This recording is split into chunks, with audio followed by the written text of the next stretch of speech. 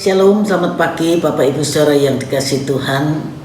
Kita mau dengar kembali renungan Mana Rema, tapi sebelumnya kita akan sama-sama berdoa.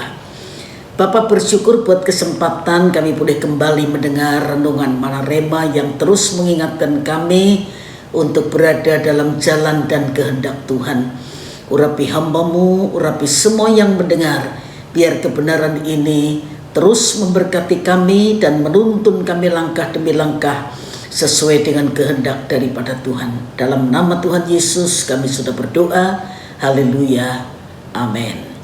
Shalom, selamat pagi Bapak Ibu Saudara yang dikasihi Tuhan. Pagi ini kita akan sama-sama belajar sebuah kebenaran yang saya beri tema kuasa yang tidak terbatas.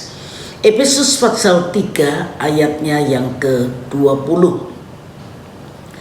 Bagi dialah yang dapat melakukan jauh lebih banyak daripada yang kita doakan atau pikirkan, seperti yang ternyata dari kuasa yang bekerja di dalam kita. Bapak Ibu Saudara yang dikasihi Tuhan, Rasul Paulus berkata bahwa Tuhan dapat melakukan jauh lebih banyak daripada yang kita pikirkan atau yang kita doakan. Memang yang kita pikirkan terbatas, yang kita doakan pun terbatas. Tapi bersyukur punya Tuhan yang tidak terbatas kuasanya. Berdoa memang bagian yang harus kita lakukan, tetapi menjawab sesuai dengan waktu dan caranya itu kedaulatan Tuhan. Pagi ini kita akan lihat satu contoh dalam 1 Samuel 14 ayat 6 sampai ayat yang ke-10 saya baca. 1 Samuel 14 ayat 6 sampai ayat yang ke-10. Berkatalah Yonatan kepada bujang pembawa senjatanya itu, mari kita menyeberang ke dekat pasukan pengawal orang-orang yang tidak bersunat ini. Mungkin Tuhan akan bertindak untuk kita, sebab bagi Tuhan tidak sukar untuk menolong, baik dengan banyak orang maupun dengan sedikit orang. Lalu jawab pembawa senjatanya itu kepadanya, lakukanlah niat hatimu itu, sungguh aku sepakat. Kata Yonatan, perhatikan, kita menyeberang ke dekat orang-orang itu dan memperlihatkan diri kepada mereka. Apabila mereka berkata kepada kita begini, berhentilah sampai kami datang padamu, maka kita tinggal berdiri di tempat kita dan tidak naik mendapatkan mereka. Tetapi apabila kata mereka begini, naiklah kemari, maka kita akan naik, sebab kalau demikian Tuhan telah menyerahkan mereka ke dalam tangan kita. Itulah tandanya bagi kita. Bapak Ibu Saudara bisa terus membaca sampai ayat yang ke-14 ya.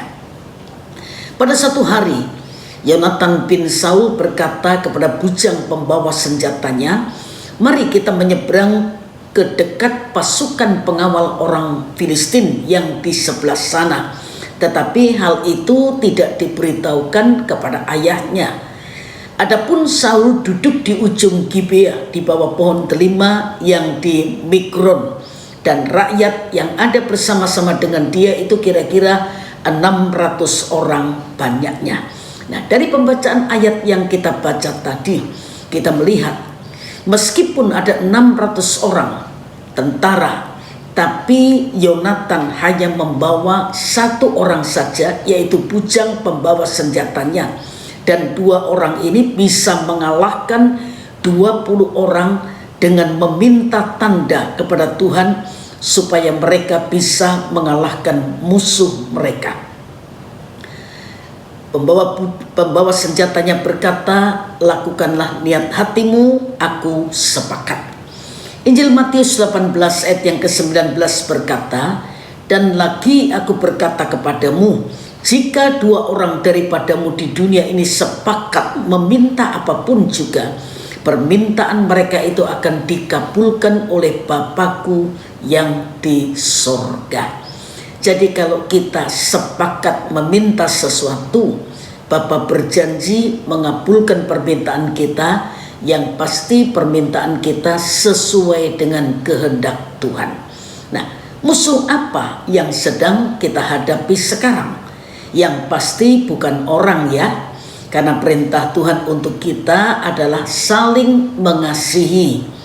Saling mengasihi, bukan saling memusuhi. Saling mengasihi, bukan saling membenci.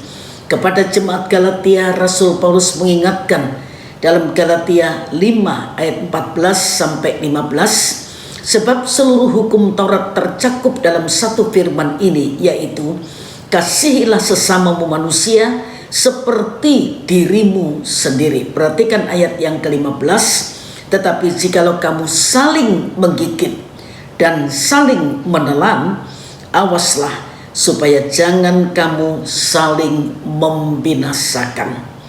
Kalau musuh kita adalah masalah, penyakit dan sebagainya, kegoncangan dalam keluarga, pekerjaan, rumah tangga ataupun pelayanan, kita berdoa ya, kita cari mitra doa, lalu kita doa sepakat, Tuhan berjanji akan mengabulkannya. Dan mari kita terus belajar mengikuti tuntunan Tuhan. Dan kalau kita mengikuti tuntunan Tuhan, maka kemenangan pasti ada di pihak kita. Yonatan berkata kepada bujang pembawa senjatanya, meminta tanda. Setelah tanda itu dengan jelas mereka dapatkan, maka mereka bertindak dengan iman.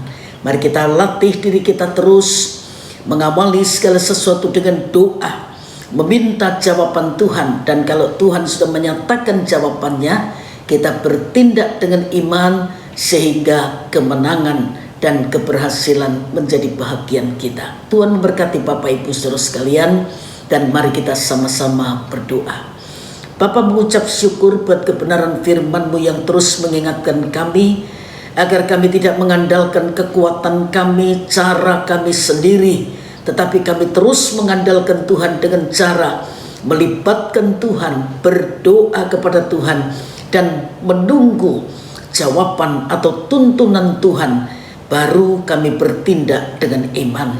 Terima kasih Tuhan, berkati semua yang sudah mendengar renungan Manarema pagi ini. Kalau sebentar kami melanjutkan aktivitas kami, apapun yang kami lakukan, kami yakini kalau itu sesuai dengan kehendak Tuhan, maka Tuhan pasti memberkatinya. Dalam nama Tuhan Yesus Kristus kami sudah berdoa. Haleluya. Amin. Tuhan memberkati Bapak Ibu Saudara sekalian. Selamat pagi.